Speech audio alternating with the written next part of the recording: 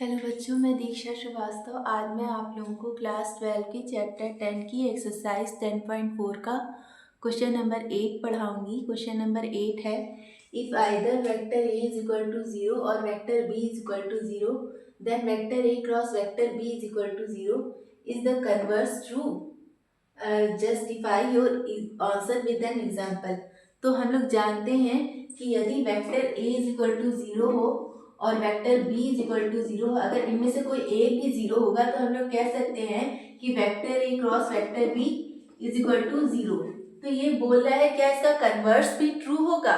अगर vector A cross vector B is equal to 0 है तो क्या हम कह सकते हैं कि वेक्टर ए 0 होगा या वेक्टर बी 0 होगा।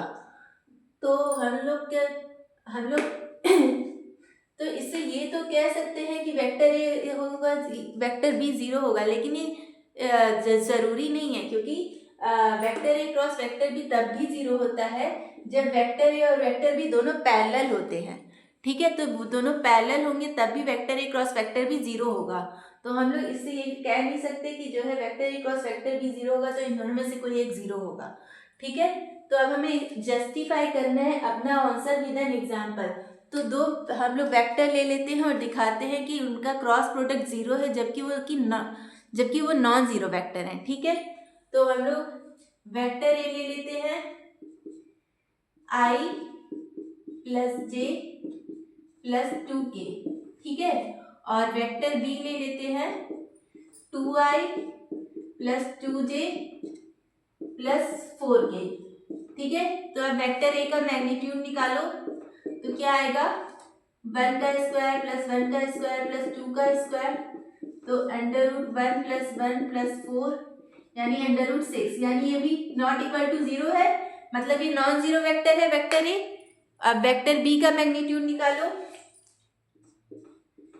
तो वेक्टर बी का मैग्नीट्यूड निकालते हैं तो 2 का स्क्वायर 4, 2 का स्क्वायर 4, 4 का स्क्वायर 16। ठीक है, तो 4 4 प्लस 16 प्लस 4 20 और ये 24 √24, ये भी 0 नहीं है, 0 के इक्वल नहीं है, मतलब दोनों वेक्टर हमारे नॉन जीरो वेक्टर हैं।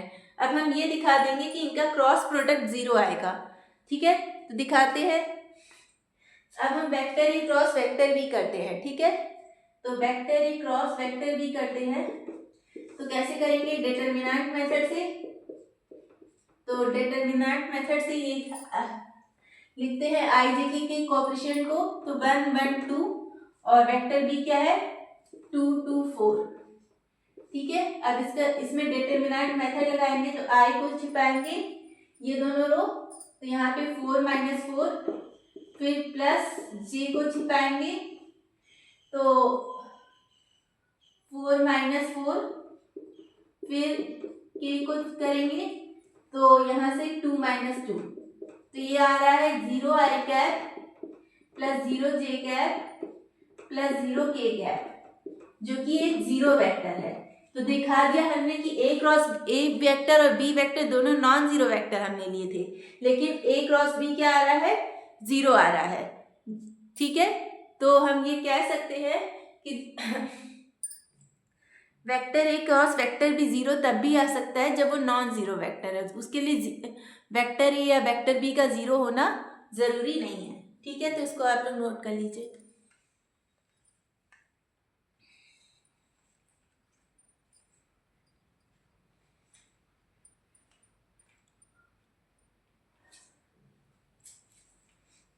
तो अगर आप लोगों को मेरा वीडियो पसंद आता है तो प्लीज़ लाइक शेयर और सब्सक्राइब करें। अगर आप लोग मेरे चैनल पर नए हैं तो ज़रूर से ज़रूर सब्सक्राइब करें और कमेंट करें। Thank you.